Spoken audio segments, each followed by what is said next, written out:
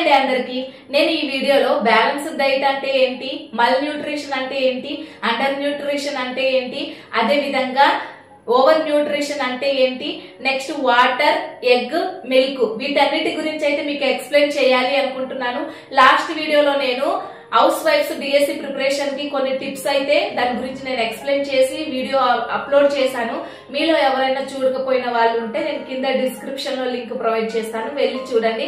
ఇంకా మనలో మన ఛానల్ ని ఎవరైనా సబ్స్క్రైబ్ చేయకపోయిన వాళ్ళు ఉంటే, అదే విధంగా మన ఛానల్ కి కొత్తగా చూసే వాళ్ళు ఎవరైనా ఉంటే ప్లీజ్ సబ్స్క్రైబ్ చేయండి. మీ సపోర్ట్ నాకు ఎప్పుడు ఉండాలని కోరుకుంటూ ఇప్పుడైతే మనం టాపిక్ లోకి వెళ్ళిపోదాం.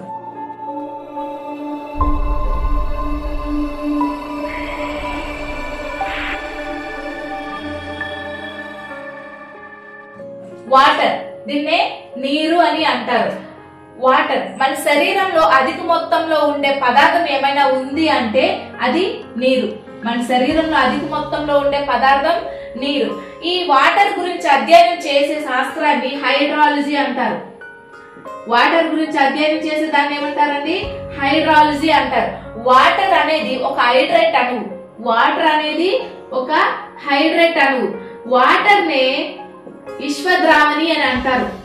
ఈ నీరునే విశ్వద్రావణి, అదే విధంగా సార్వత్రిక ద్రావణి, ఏంటండి సార్వత్రిక ద్రావణి, నెక్స్ట్ క్రియాత్మక ద్రావణి అని అంటారు. వాటర్ ని ఏమంటారండి? విశ్వద్రావణి, సార్వత్రిక ద్రావణి, క్రియాత్మక ద్రావణి అని అంటారు. నెక్స్ట్ ఈ వాటర్ ప్రపంచంలోని ఏ జీవులోనైనా జీవ రసాయన చర్యలు జరగడానికి కావాల్సినటువంటి అతి ముఖ్యమైన పదార్థం నీరు. ప్రపంచంలోని ఏ జీవిలోనైనా జీవ రసాయన చర్యలు సక్రమంగా జరగడానికి కావాల్సినటువంటి ముఖ్య పదార్థం ఏంటండి? వాటర్. నీటిలో ఉండే మూలకాలు హైడ్రోజన్, ఆక్సిజన్. నీటిలో ఉండే మూలకాలు ఏంటండి? Hydrogen, oxygen. నీటిలో ఉండే మూలకాలు హైడ్రోజన్, ఆక్సిజన్. దీని యొక్క నిష్పత్తి 2:1. దీని యొక్క నిష్పత్తి 2:1 అంటే H2O. నీటిలో ఉండే మూలకాలు హైడ్రోజన్, ఆక్సిజన్. దీని యొక్క నిష్పత్తి 2:1 H2O. నెక్స్ట్ స్వచ్ఛమైన నీటి యొక్క pH విలువ 7%. స్వచ్ఛమైన నీటి యొక్క pH విలువ 7. ఇది నీటికి రంగు, రుచి, వాసన అనేది ఉండదు.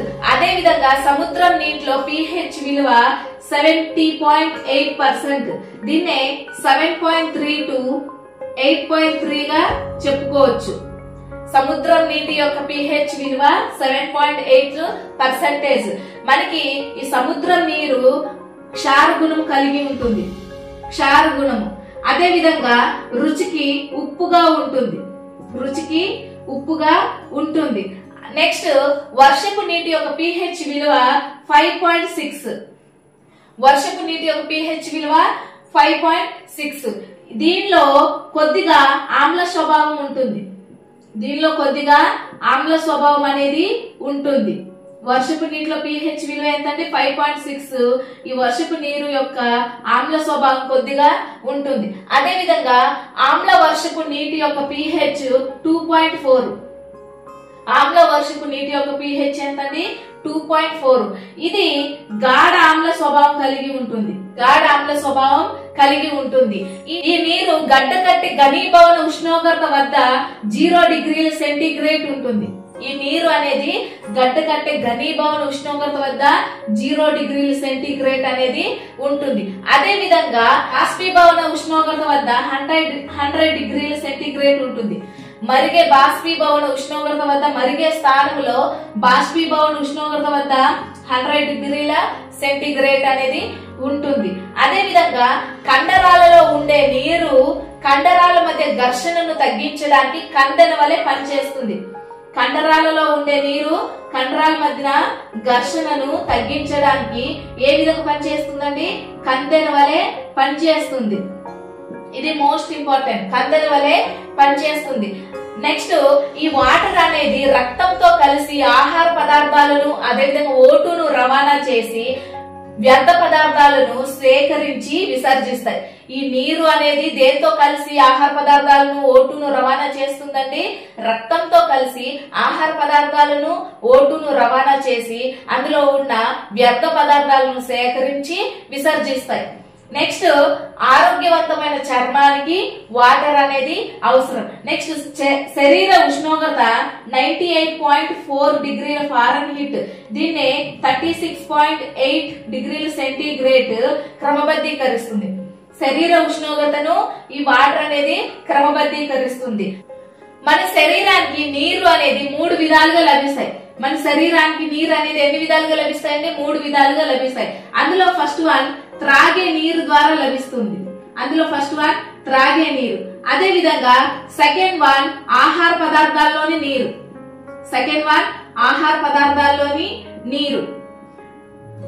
థర్డ్ వన్ జీవక్రియల ఫలితంగా ఏర్పడిన నీరు.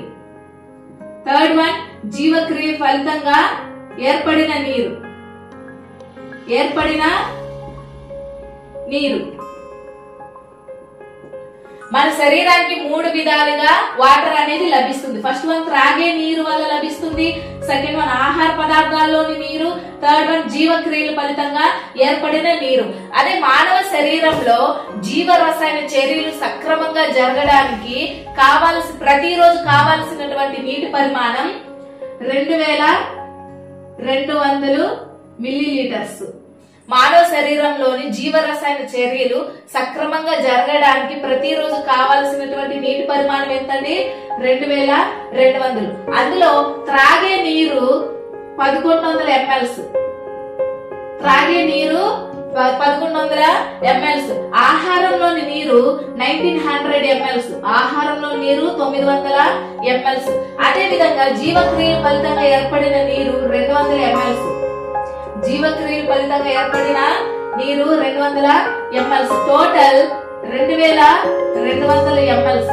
ఇప్పుడు మన శరీరంలో ఏ భాగాల్లో ఎంత నీటి శాతం ఉంటుందో తెలుసుకుందాం. ఫస్ట్ మానవుడు అంటే మానవ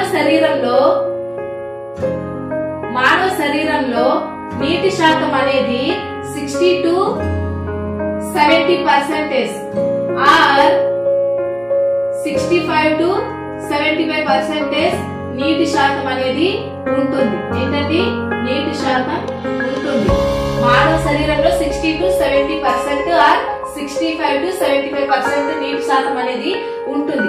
అదే విధంగా మూత్రములో 99% నీటి శాతం ఉంటుంది. 99% అనేది నీటి శాతం ఉంటుంది. ఎముకలలో నీటి శాతం 30% ఉంటుంది. 30%. కండరాలలో నీటి శాతం 65 to 75% ఉంటుంది. నెక్స్ట్ రక్తంలో నీటి శాతం 80 to 90% ఆర్ 85 to 90%. రక్తంలో నీటి శాతం 80 to 90% ఆర్ 85 to 90%. అదే విధంగా లాలాజలంలో నీటి శాతం 98.5% to 99% నీటి శాతం ఉంటుంది. అదే విధంగా కణద్రవ్యంలో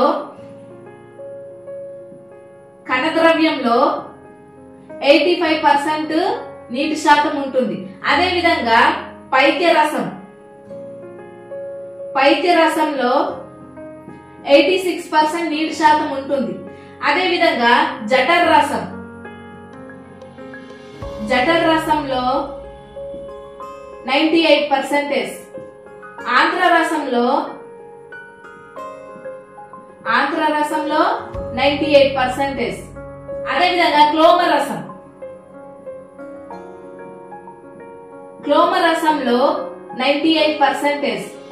నెక్స్ట్ జీవ పదార్థంలో 90%. ఈ విధంగా మన శరీరంలో ఉండే భాగాల్లో నీటి శాతం మానవ శరీరంలో 60 to 70 ఆర్ 65 to 75% ఉంటుంది. మూత్రంలో 99% ఉంటుంది. ఎముకలలో 30%, కండరాలలో 65 to 75%, రక్తంలో 80 to 90% ఆర్ 85 to 90%, లాలాజలంలో 98.5 5% to 99%, కణద్రవ్యంలో 85%, పైత్రరసంలో 86%, జఠర రసంలో 98%, ఆంత్ర రసంలో 98%, క్లోమ రసంలో 98%, జీవ పదార్థంలో 90% అనేది ఉంటుంది. ఏంటి ఉంటుందంటే నీటి శాతం. నెక్స్ట్ ఈ పాయింట్స్ బిట్ రూపంలో ఏ విధంగా మనం తయారు చేసుకోవచ్చో తెలుసుకుందాం. నీటిని గురించి అధ్యయనం చేసే శాస్త్రాన్ని హైడ్రాలజీ అని అంటారు. జీవులలో జీవ రసాయన చర్యలు జరగడానికి అతి ముఖ్యమైన పదార్థం నీరు. అదే విధంగా నీరులో ఉండే మూలకాలు హైడ్రోజన్, ఆక్సిజన్. విశ్వ ద్రావణి అని దేన్ని అంటారు? నీరు. క్రియాత్మక ద్రావణి అని దేన్ని అంటారు? నీరు. సార్వత్రిక ద్రావణి అని దేన్ని అంటారు? నీరు. అదే విధంగా మనం ప్రతిరోజు తీసుకోవాల్సిన నీటి పరిమాణం 2200 ml. మన శరీరంలో ఎన్ని విధాలుగా నీరు అనేది లభిస్తుంది? 3 విధాలుగా. త్రాగే నీరు, ఆహార పదార్థాల్లో నీరు, జీవక్రియల ఫలితంగా ఏర్పడిన నీరు. జీవక్రియల ఫలితంగా ఏర్పడిన నీరు ఎన్ని ml? 200 ml. అదే విధంగా ఆహార పదార్థంలోని నీరు ఎన్ని ml? 900 ml. అదే విధంగా మానవ శరీరంలో నీటి శాతం ఎంత? 60 to 70% ఆర్ 65 to 70%. ప్రోటోప్లాజంలో నీటి శాతం 90%. నెక్స్ట్ మూత్రంలో ఉన్న నీటి శాతం 99%. రక్తంలో ఉన్న నీటి శాతం 80 to 90% ఆర్ 85 to 90%. నెక్స్ట్ లాలాజలంలోనే నీటి శాతం 98.5 to 99%. నెక్స్ట్ ఆరోగ్యవంతమైన చర్మానికి నీరు అవసరం. శరీర ఉష్ణోగ్రత 98.4 డిగ్రీల ఫారెన్హీట్ 36.8 డిగ్రీల సెంటీగ్రేడ్ ను క్రమబద్ధీకరిస్తుంది. కండరాలలో ఉండే నీరు కండరాల మధ్య ఘర్షణను తగ్గించడానికి దేని వలె పనిచేస్తుంది? కందెన వలె పనిచేస్తుంది. నెక్స్ట్ నీరు దేనితో కలిసి ఆహార పదార్థాలను O2ను రవాణా చేసి వ్యర్థ పదార్థాలను విసర్జిస్తుంది? దేనితో కలిసి అండి? రక్తంతో కలిసి ఆహార పదార్థాలను O2ను రవాణా చేసి వ్యర్థ పదార్థాలను విసర్జిస్తుంది. ఈ విధంగా అయితే మనం బిట్స్ అనేవి తయారు చేసుకోవచ్చు. ఇప్పుడు మిల్క్, పాలు గురించి అయితే కొన్ని పాయింట్స్ మీకు ఎక్స్ప్లెయిన్ చేయాలి అనుకుంటున్నాను. ఏంటండి? పాలు చిక్కని ద్రవ పదార్థంలో తేలియాడుతున్న క్రొవ్వులను ఎమల్సన్ అంటారు. చిక్కని ద్రవ పదార్థంలో తేలియాడుతున్న క్రొవ్వులను ఏమంటారండి? ఎమల్సన్ అని అంటారు. నెక్స్ట్ పాలు ఒక సంపూర్ణ పోషక పదార్థం. పాలు అనేది ఒక సంపూర్ణ పోషక పదార్థం. కాబట్టి ఈ పోషక పదార్థం 14 సంవత్సరాల లోపు పిల్లలకి ఈ పోషక పదార్థం మనం కంపల్సరిగా ఇవ్వాలి. నెక్స్ట్ పాలలో ఉండే మూలకాలు కాల్షియం, ఐరన్. పాలలో ఉండే మూలకాలు ఏంటండి? Calcium, iron. అదే విధంగా పాలలో ఉండే ప్రోటీన్ కెసిన్. అదే విధంగా పాలలో ఉండే కార్బోహైడ్రేట్ లాక్టోస్. ఇది 7.8% ఉంటుంది. ఇది చక్కెర, లాక్టోస్ చక్కెర, పాలలో ఉండే కార్బోహైడ్రేట్. అదే విధంగా పాలలో ఉండే క్రొవ్వు పదార్థాలు. పాలలో ఉండే క్రొవ్వు లాక్టిక్ ఆమ్లం. పాలలో ఉండే క్రొవ్వు లాక్టిక్ ఆమ్లం. ఈ లాక్టిక్ ఆమ్లం అనేది పులుపుకు కారణం అవుతుంది. పాలలో ఉండే మూలకాలు ఏంటంటే calcium, iron, protein, casein, carbohydrate లో చక్కెర, లాక్టోస్ చక్కెర. నెక్స్ట్ క్రొవ్వు లాక్టిక్ ఆమ్లం. పాలలో లేని విటమిన్ సి విటమిన్. అదే విధంగా పాలను పెరుగుగా మార్చే బ్యాక్టీరియా లాక్టోబాసిల్లస్. పాలను పెరుగుగా మార్చే బ్యాక్టీరియా ఏంటండి? లాక్టోబాసిల్లస్. చిన్న పిల్లల్లో పాలను పెరుగుగా మార్చే ఎంజైము రెనిన్. పెద్దలలో పాలను జీర్ణం చేసే ఎంజైము లాక్టేజ్. పాలను జీర్ణం చేసే ఎంజైమ్ ఏంటండి? లాక్టేజ్. పాల యొక్క రంగుకు కారణమైన పదార్థం లాక్టోస్. పాల యొక్క రంగుకు కారణమైన పదార్థం లాక్టోస్. ఆవు పాలు పసుపచ్చగా ఉండడానికి కారణమైన విటమిన్ B2 విటమిన్. ఆవు పాలు పసుపచ్చగా ఉండడానికి కారణమైన విటమిన్ B2 విటమిన్. అదే విధంగా పాల ఉత్పత్తులు అధికం చేసే విప్లవాన్ని వైట్ రెవల్యూషన్ అని అంటారు. పాల ఉత్పత్తులు అధికం చేసే విప్లవాన్ని ఏమంటారండి? వైట్ రెవల్యూషన్ అని అంటారు. దీన్నే తెలుపు విప్లవం అని అంటారు. తెలుపు విప్లవం అని అంటారు. White revolution. Next white revolution, father off white revolution, milk man of India అని వర్గీస్ కురియన్ ని అంటారు. Father off white revolution. Next milk man of India అని ఎవరిని అంటారండి? వర్గీస్ కురియన్. ఇతనికి సంబంధించిన అమూల్ మిల్క్ ఫ్యాక్టరీ ఉంది. ఇతనికి సంబంధించి అమూల్ మిల్క్ ఫ్యాక్టరీ అనేది ఉంది. ఇది ప్రజెంట్ గుజరాత్ లో ఉంది. ఈ అమూల్ మిల్క్ ఫ్యాక్టరీ అనేది ప్రజెంట్ ఎక్కడ ఉందండి? గుజరాత్ లో ఉంది. అదే విధంగా పాల యొక్క స్వచ్ఛతను కొలవడానికి ఉపయోగించే పరికరం లాక్టోమీటర్. పాల యొక్క స్వచ్ఛతను కొలవడానికి ఉపయోగించే పరికరం లాక్టోమీటర్. నెక్స్ట్ ఈ పాయింట్స్ నుంచి బిట్ ఏ విధంగా తయారు చేసుకోవచ్చో తెలుసుకుందాం. చిక్కని ద్రవ పదార్థంలో తేలి ఆడుతున్న క్రొవ్వులను ఏమంటారు? ఎమల్సన్ అని అంటారు. పాలు ఎటువంటి పోషక పదార్థం? సంపూర్ణ పోషక పదార్థం. అదే విధంగా పాలలో ఉండే మూలకాలు కాల్షియం, ఐరన్, పాలలో ఉండే ప్రోటీన్ కేసిన్, పాలలో ఉండే కార్బోహైడ్రేట్ లాక్టోజ్. నెక్స్ట్ పాలలో ఉండే క్రొవ్వు లాక్టిక్ ఆమ్లము. లాక్టిక్ ఆమ్లం దేనికి కారణం? పులుపుకి కారణం. అదే విధంగా పాలలో లేని విటమిన్ సి విటమిన్. పాలలో రంగుకు కారణమైన పదార్థం లాక్టోజ్. పాలను పెరుగుగా మార్చే బ్యాక్టీరియా లాక్టోబాసిల్లస్. చిన్నపిల్లల్లో పాలను పెరుగుగా మార్చే ఎంజైమ్ రెనిన్. నెక్స్ట్ పెద్దలలో పాలను జీర్ణం చేసే ఎంజైమ్ లాక్టేజ్. నెక్స్ట్ పాల ఉత్పత్తులను అధికం చేసే విప్లవాన్ని ఏమంటారు? White revolution. Next father off white revolution, milk man of India అని ఎవరిని అంటారు? వర్గీస్ కురియన్ ని అంటారు. నెక్స్ట్ పాల స్వచ్ఛతను కొలిచే పరికరాన్ని ఏమంటారు? లాక్టోమీటర్ అని అంటారు. వర్గీస్ కురియన్ కి సంబంధించిన ఫ్యాక్టరీ ఏంటి? Amul milk factory. ఇది ఎక్కడుంది? గుజరాత్ లో ఉంది. మనం ఈ విధంగా బిట్స్ అనేవి తయారు చేసుకోవచ్చు. ఇప్పుడు మనం ఎగ్ అంటే గుడ్డు గురించి అయితే కొన్ని పాయింట్స్ మీకు ఎక్స్ప్లెయిన్ చేయాలి అనుకుంటున్నాను. ఎగ్ అంటే గుడ్డు.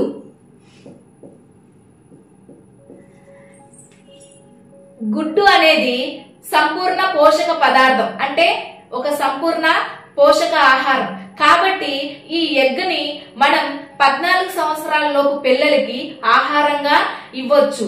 అదే విధంగా గుడ్డులో ఉండే మూలకాలు కాల్షియం, ఫాస్ఫరస్, సల్ఫర్. గుడ్డులో ఉండే మూలకాలు ఏంటండి? Calcium, phosphorus, sulphur. గుడ్డులో ఉండే మూలకాలు కాల్షియం, ఫాస్ఫరస్, సల్ఫర్. గుడ్డులో లేని పోషక పదార్థం కార్బోహైడ్రేట్స్. గుడ్డులో లేని పోషక పదార్థం ఏంటండి? కార్బోహైడ్రేట్స్. అదే విధంగా గుడ్డులో లేని విటమిన్ సి విటమిన్. గుడ్డులో లేని విటమిన్ సి విటమిన్. ఇప్పుడు ఎగ్ యొక్క పై పెంకు కాల్షియం కార్బోనేట్ తో నిర్మితమై ఉంటుంది. ఎగ్ యొక్క పై పెంకు కాల్షియం కార్బోనేట్ తో నిర్మితమై ఉంటుంది. అదే విధంగా గుడ్డు యొక్క తెల్ల సోన ప్రోటీన్. గుడ్డు యొక్క తెల్ల సోన ప్రోటీన్ అంటే ఆల్బుమిన్ అనే ప్రోటీన్. గుడ్డు యొక్క తెల్ల సోన ఆల్బుమిన్ అనే ప్రోటీన్ తో నిర్మితమై ఉంటుంది. అదే విధంగా గుడ్డు యొక్క పచ్చ సోన క్రొవ్వు. గుడ్డు యొక్క పచ్చ సొనలో ఉండే పోషక పదార్థం ఏంటండి? క్రొవ్వు. గుడ్డు యొక్క తెల్ల సొనలో ఉండే పోషక పదార్థం ఆల్బుమిన్ అనే ప్రోటీన్ ఉంటుంది.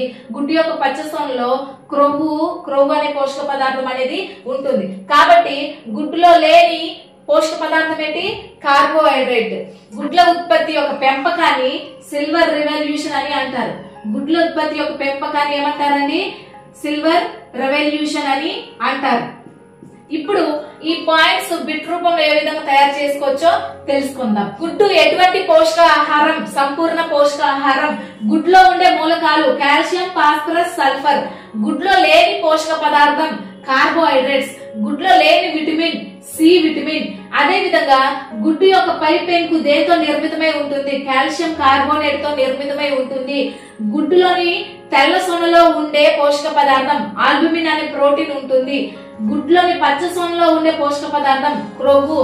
అదే విధంగా గుడ్ల ఉత్పత్తి పెంపకాన్ని ఏమంటారు? సిల్వర్ రెవల్యూషన్ అని అంటారు. ఈ విధంగా అయితే మనం బిట్స్ అనేవి తయారు చేసుకోవచ్చు.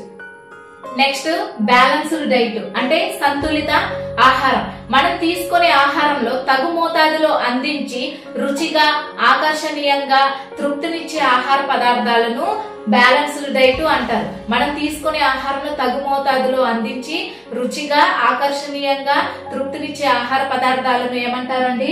బ్యాలెన్స్డ్ డైట్, సంతులిత ఆహారం అని అంటారు. భారతదేశంలో ఈ సంతులిత ఆహారం తయారు చేయడానికి సూచనలు ఇచ్చే సంస్థ ఐసిఎంఆర్. బ్యాలెన్స్డ్ డైట్ మీద ప్రయోగాలు చేసి దాన్ని తయారు చేయడానికి సూచనలు ఇచ్చే సంస్థ ఏదండి? ICMR, Indian council of medical research. దీని ప్రకారం బ్యాలెన్స్డ్ డైట్ తయారు చేయాలంటే కొన్ని నియమాలు అయితే మనం పాటించాలి. ఫస్ట్ వన్, ఆహారం యొక్క రసాయన నిర్మాణాలు తెలిసి ఉండాలి. ఆహారం యొక్క రసాయన నిర్మాణాలు అనేవి తెలిసి ఉండాలి. అదే విధంగా స్త్రీ పురుషుల వయసు, అదే విధంగా వాళ్ళు చేసే పనిని బట్టి, నెక్స్ట్ వాళ్ళు వయసును బట్టి, వాళ్ళ సైజును బట్టి మనం బ్యాలెన్స్డ్ డైట్ అయితే తయారు చేయవచ్చు. నెక్స్ట్ ఈ బ్యాలెన్స్డ్ డైట్ లో carbohydrates, proteins, fats, vitamins, minerals, water అనేది తగిన పరిమాణంలో ఉండే విధంగా చూసుకోవాలి. నెక్స్ట్ భారతదేశంలోని ప్రాథమిక పాఠశాలలో మిడ్ డే మీల్స్ లో న్యూట్రిషన్ సప్లిమెంట్స్ ఇవ్వడం ప్రారంభించిన తేదీ 1995 ఆగస్ట్ 15. భారతదేశంలోని ప్రాథమిక పాఠశాలలో mid day meals nutrition supplements ఇవ్వడం ప్రారంభించిన తేదీ 1995 ఆగస్టు 15. అదే విధంగా మధ్యాహ్న భోజన పథకాన్ని పాఠశాలలో 2003 జనవరి 2వ తారీఖు నుంచి అమలు చేశారు. పాఠశాలలో ప్రతి విద్యార్థికి మిడ్ డే మీల్స్ ప్రోగ్రాం కింద 300 క్యాలరీలు శక్తినిచ్చే ఆహార పదార్థాలను అందించాలి. పాఠశాలలో మిడ్ డే మీల్స్ ప్రోగ్రాం కింద ప్రతి విద్యార్థికి కూడా 300 క్యాలరీలు శక్తినిచ్చే ఆహార పదార్థాలని అందించాలి. అందులో కార్బోహైడ్రేట్స్ 150 గ్రాములు. 150 గ్రాములు. నెక్స్ట్ అందులో ప్రోటీన్స్ 30 గ్రాములు. ప్రోటీన్స్ అనేవి 30 గ్రాములు. అదే విధంగా క్రొవ్వులు అనేవి 7.5 గ్రామ్స్. 7.5 గ్రామ్స్. అదే విధంగా వెజిటేబుల్స్ అంటే అందులోనే మినరల్స్, విటమిన్స్ అనేవి ఉంటాయి. Vegetables 75 grams. ఈ 300 క్యాలరీల్లో ఏంటంటే కార్బోహైడ్రేట్స్ 150 గ్రామ్స్, ప్రోటీన్స్ 30 గ్రామ్స్, క్రొవ్వు 7.5 గ్రామ్స్, విటమిన్స్ 75, విటమిన్స్, మినరల్స్ అంటే వెజిటేబుల్స్ 75 గ్రామ్స్ అనేవి ప్రతి విద్యార్థికి కూడా మిడ్ డే మీల్స్ ప్రోగ్రామ్ కింద అందించాలి. ఆంధ్రప్రదేశ్ లోని మిడ్ డే మీల్స్ ను 1982లో ప్రారంభించారు. ఆంధ్రప్రదేశ్ లోని మిడ్ డే మీల్స్ ను 1982లో ప్రారంభించారు. అదే విధంగా దీని మీద పరిశోధన చేసే సంస్థ ఏంటండి? ఐసిఎంఆర్. ఈ ఐసిఎంఆర్ అనేది న్యూఢిల్లీలో ఉంది. ఇప్పుడు ఒక వ్యక్తి సంతులిత ఆహారం ఏ పోషక పదార్థాలు ఎన్ని గ్రాములు ఉండాలో చూసుకుందాం.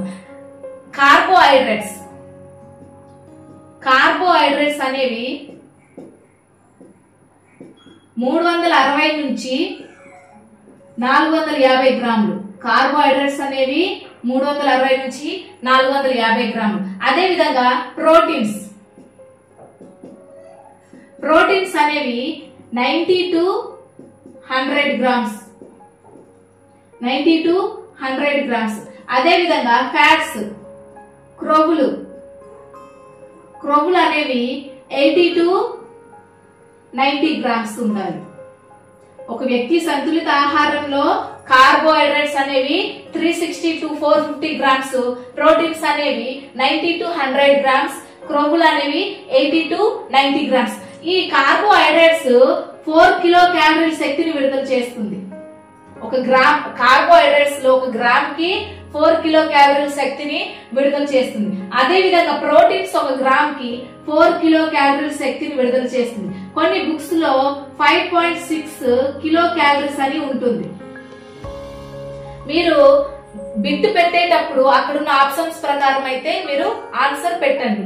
నెక్స్ట్, క్రొవ్వులు 1 గ్రామ్ కి 9.45 కిలో క్యాలరీస్ శక్తిని విడుదల చేస్తుంది.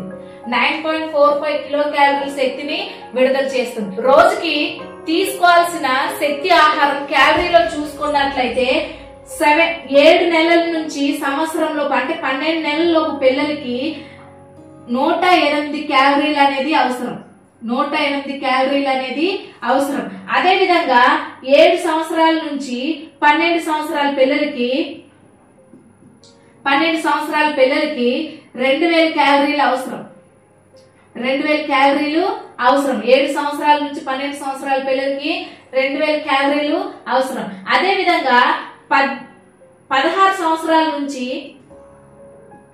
18 సంవత్సరాలు యువకులకు మెన్స్ వీళ్ళు 2000 క్యాలరీలు అవసరం.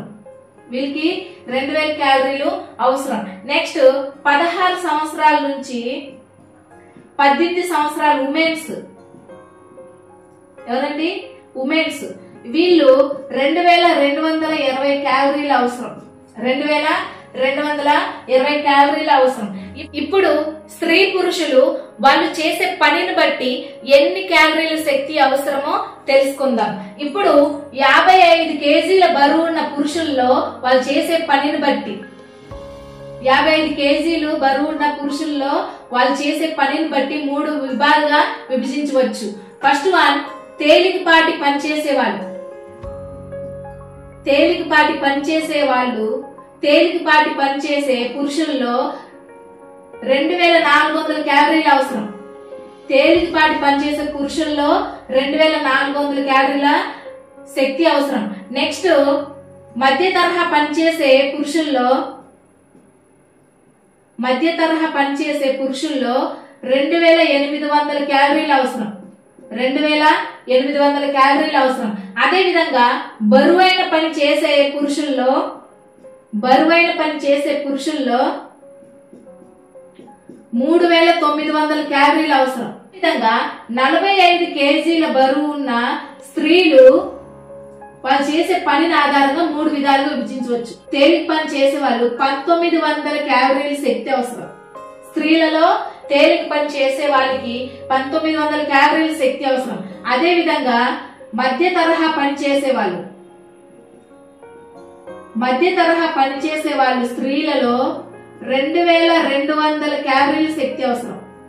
మధ్య తరహా పనిచేసే వాళ్ళు స్త్రీలలో 2200 క్యాలరీల శక్తి అనేది అవసరం. నెక్స్ట్, బరువైన పని చేసే స్త్రీలలో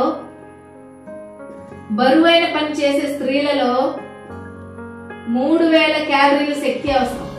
గర్భిణీ స్త్రీలకు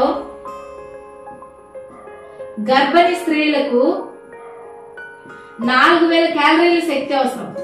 4000 క్యాలరీల శక్తి అనేది అవసరం. ఇప్పుడు అండర్ న్యూట్రిషన్ అంటే అల్ప పోషణ గురించి అయితే మీకు ఎక్స్ప్లెయిన్ చేయాలి అనుకుంటున్నాను. అల్ప పోషణ అంటే శరీరానికి అవసరమైనటువంటి పోషక పదార్థాలు లేనటువంటి ఆహారాన్ని తీసుకోవడాన్ని అల్ప పోషణ అంటారు. మన శరీరానికి అవసరమైన పోషక పదార్థాలు లేనటువంటి ఆహారాన్ని తీసుకోవడాన్ని ఏమంటారండి? అల్ప పోషణ అంటారు. మరి ఈ అల్ప పోషణకి గల కారణాలు ఏంటో తెలుసుకుందాం. అల్ప పోషణకి గల కారణాలు, అందులో ఫస్ట్ వన్ ఆర్థిక పరిస్థితి. నెక్స్ట్ పేద కుటుంబం. నెక్స్ట్ ఏంటండి? పేద కుటుంబం లేదా పెద్ద కుటుంబం. నెక్స్ట్ అనారోగ్యం, ఉపవాసం, పస్తులు ఉండడం.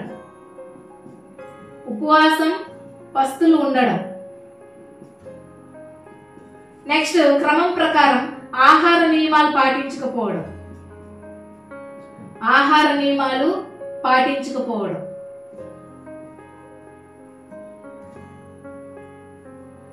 అదే విధంగా శాస్త్ర విజ్ఞానం లేకపోవడం, శాస్త్ర విజ్ఞానం లేకపోవడం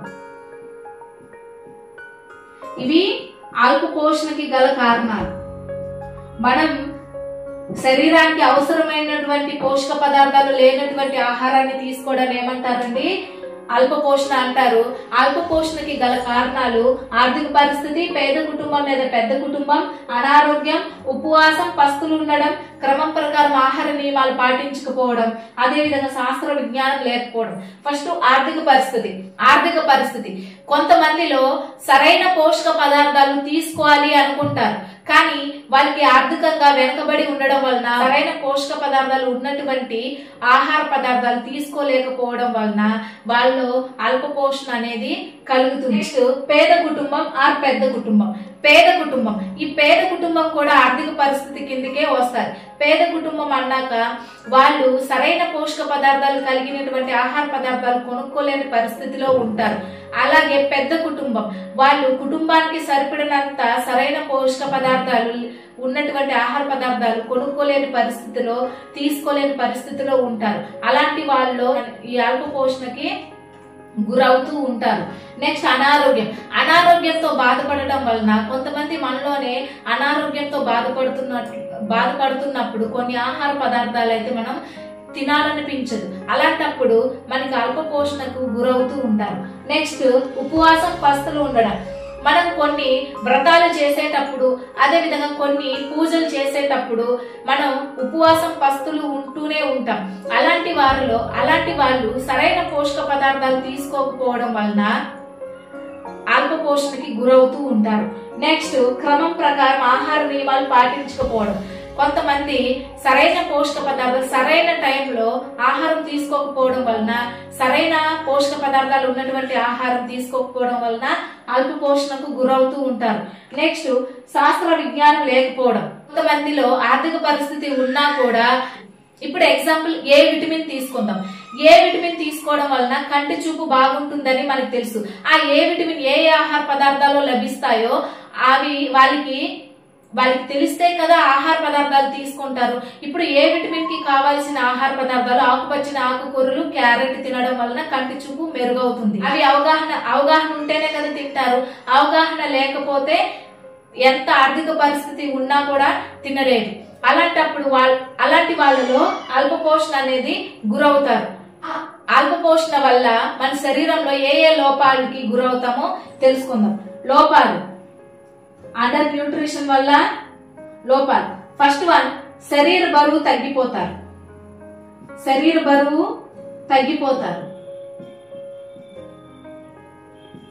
అదే విధంగా నీరసం.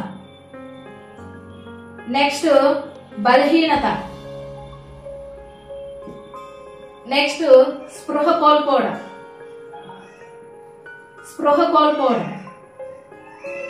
నెక్స్ట్ వ్యాధి నిరోధక శక్తి తగ్గిపోవడం. ఈ అండర్ న్యూట్రిషన్ వల్ల లోపాలు ఏంటంటే శరీర బరువు తగ్గిపోవడం, నీరసం, బలహీనత, స్పృహ కోల్పోవడం. నెక్స్ట్ వ్యాధి నిరోధక శక్తి తగ్గిపోతుంది. దేనివల్ల? ఈ అల్ప పోషణ వల్ల తగ్గిపోతుంది. ఇప్పుడు మల్ న్యూట్రిషన్ అంటే పోషకాహార లోపం గురించి అయితే మీకు ఎక్స్ప్లెయిన్ చేస్తాను. మనం తీసుకునే ఆహారంలో ఒకటి లేదా అంతకంటే ఎక్కువ పోషక పదార్థాలు లోపించిన ఆహారాన్ని తీసుకోవడాన్ని పోషకాహార లోపం అంటారు. మనం తీసుకునే ఆహారంలో ఒకటి లేదా అంతకంటే ఎక్కువ పోషక పదార్థాలు లోపించిన ఆహారాన్ని తీసుకోవడాన్ని పోషకాహార లోపం అని అంటారు. అదే విధంగా మనం తీసుకునే ఆహారంలో అధిక పోషక పదార్థాలు కలిగిన ఆహారం తీసుకున్నా కూడా ఈ పోషకాహార లోపం అనేది వస్తుంది. అంటే పోషకాహార లోపం పోషకాలు ఎక్కువైనా వస్తుంది, తక్కువైనా వస్తుంది. అంటే పోషకాహార లోపం అనేది పోషకాలు తక్కువైనా వస్తుంది, ఎక్కువైనా వస్తుంది. కాబట్టి మనం ప్రతిరోజు తీసుకునే ఆహారంలో పోషకాలు తగిన మోతాదులోనే తీసుకోవాలి. పోషకాలు ఎక్కువగా తీసుకున్న పోషకాహార లోపం వస్తుంది, తక్కువగా తీసుకున్న పోషకాహార లోపం అనేది వస్తుంది.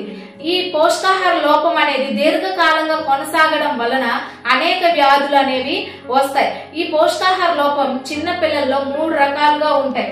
ఈ పోషకాహార లోపం చిన్న పిల్లల్లో ఎన్ని రకాలుగా ఉంటాయండి?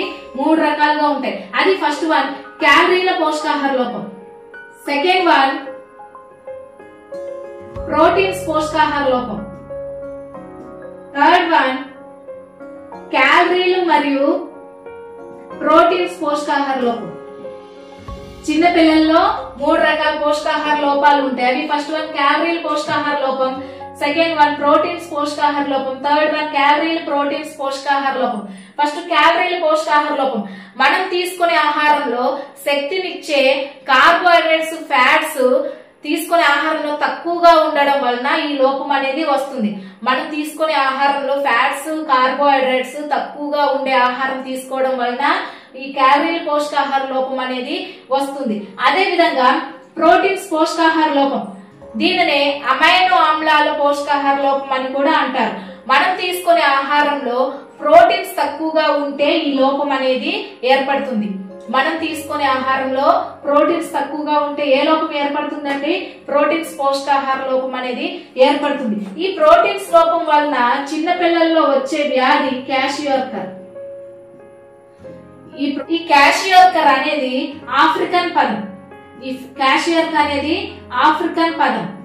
దీని యొక్క అర్థం నిర్లక్ష్యం చేయబడిన శిశువు. నిర్లక్ష్యం చేయబడిన శిశువు. క్వాషియోర్కర్ అంటే అర్థం ఏంటండి? నిర్లక్ష్యం చేయబడిన శిశువు.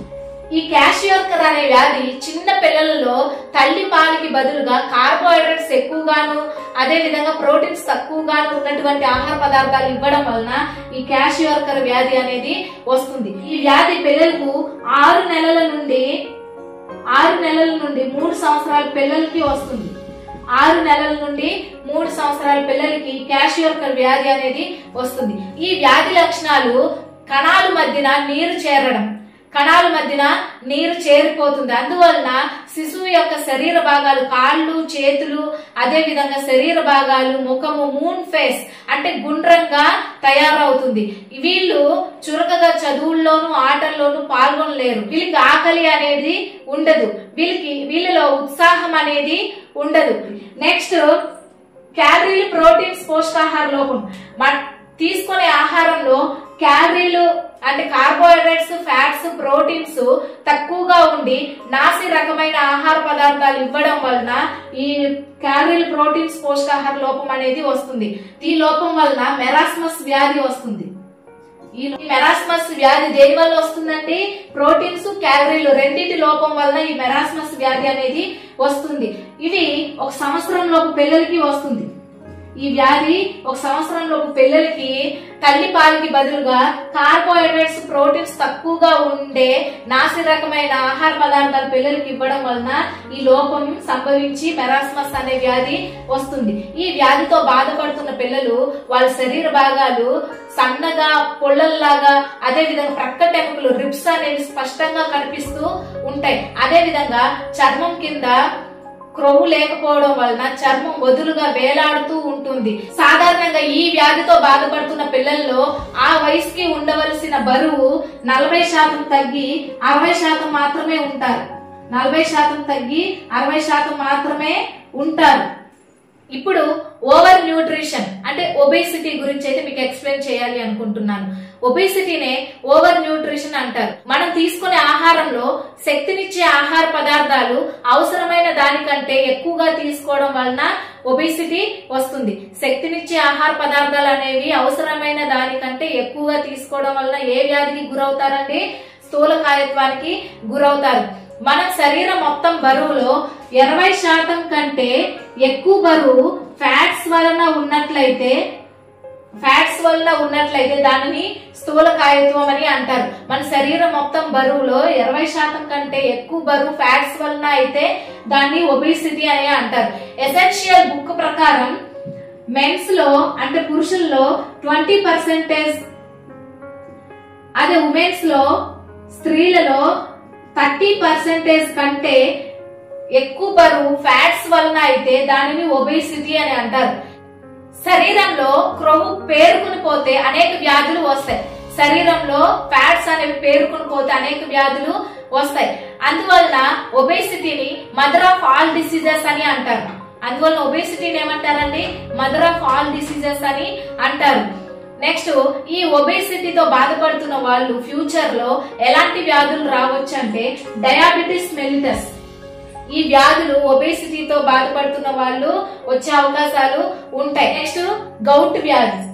ఏంటండి గౌట్ వ్యాధి? ఈ గౌట్ వ్యాధి కింగ్ ఆఫ్ డిసీజెస్ అని అంటారు. ఈ గౌట్ వ్యాధిని ఏమంటారండి? కింగ్ ఆఫ్ డిసీజెస్ అని అంటారు. ఈ శరీరంలో యూరిక్ యాసిడ్ పెరిగితే గౌట్ వ్యాధి వస్తుంది. శరీరంలో యూరిక్ యాసిడ్ అనేది పెరిగితే గౌట్ వ్యాధి వస్తుంది. ఈ గౌట్ వ్యాధి ఏమంటారండి? కింగ్ ఆఫ్ డిసీజెస్ అని అంటారు. ఇప్పుడు ఈ పాయింట్స్ బిట్ రూపం ఏ విధంగా తయారు చేసుకోవచ్చో తెలుసుకుందాం.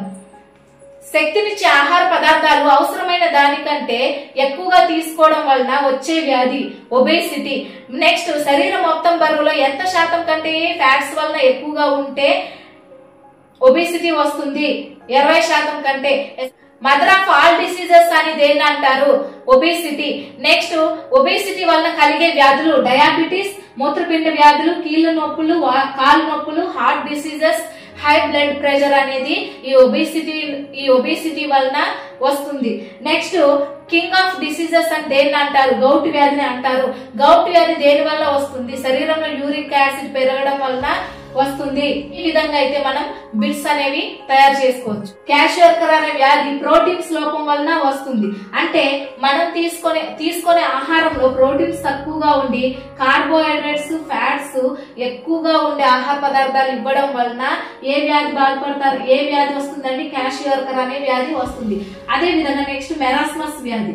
రెండింటి లోపం వలన రావడం వలన ఈ ప్రోటీన్స్ లోపం, కార్బోహైడ్రేట్స్ లోపం, ఫ్యాట్స్ లోపం వలన వచ్చే వ్యాధి ఏంటండి? మెరాస్మస్ వ్యాధి. నెక్స్ట్ ఒబేసిటీ స్థూలకాయం. కార్బోహైడ్రేట్స్, ఫ్యాట్స్ అధికంగా తీసుకోవడం వల్ల ఏమొస్తుందండి? స్థూలకాయత్వం.